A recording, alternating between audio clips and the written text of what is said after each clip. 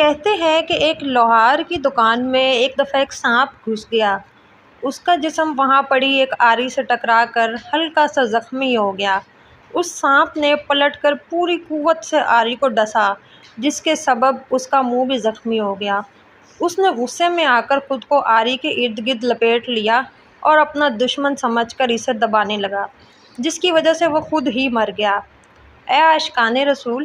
اس بیوقوف سانپ کی طرح غصیلے افراد بھی بیوقوفانہ انداز اپناتے ہیں، دوسروں کو تکلیف دے تو نقصان پہنچانے کی کوشش کرتے ہیں، ذرا سی بات پر گالی دے رہے ہوتے ہیں۔ کئی لوگ تو اس قدر گالیوں کی دلدل میں دسے ہوئے ہوتے ہیں کہ ہر چیز، مثلاً گدھے، گھوڑے، بکرے وغیرہ جانوروں کو بھی گالیاں دے رہے ہوتے ہیں۔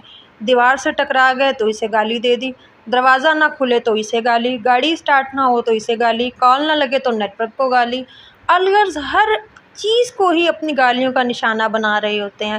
بات پر غصے ہو کر گالیاں دینے والا شخص اس بیوقوف سانپ کی طرح عزت کے حوالے سے اپنی موت آپ ہی مر جاتا ہے۔ گالیاں دینے والا شخص اگر سیٹھ ہے تو اس کے ملازم، شوہر ہے تو اس کی بیوی، استاد ہے تو اس کے شاگرد اس سے تنگ رہتے ہیں۔ اگر عزت بھی کرتے ہیں تو صرف اپنے مقاصد کے حصول کے لیے یا پھر اس کے شر سے بچنے کے لیے، اور جس کی عزت اس کے شر سے بچنے کے لیے کی جائے، حدیث پاک میں سے بدترین آدمی یا عورت کہا گیا ہے۔ گالیاں دینے والا بہت ہی برا شخص ہوتا ہے، جیسا کہ حدیث شریف میں ہے کہ یعنی کسی مسلمان سے گالی گلوچ کرنا فسق ہے۔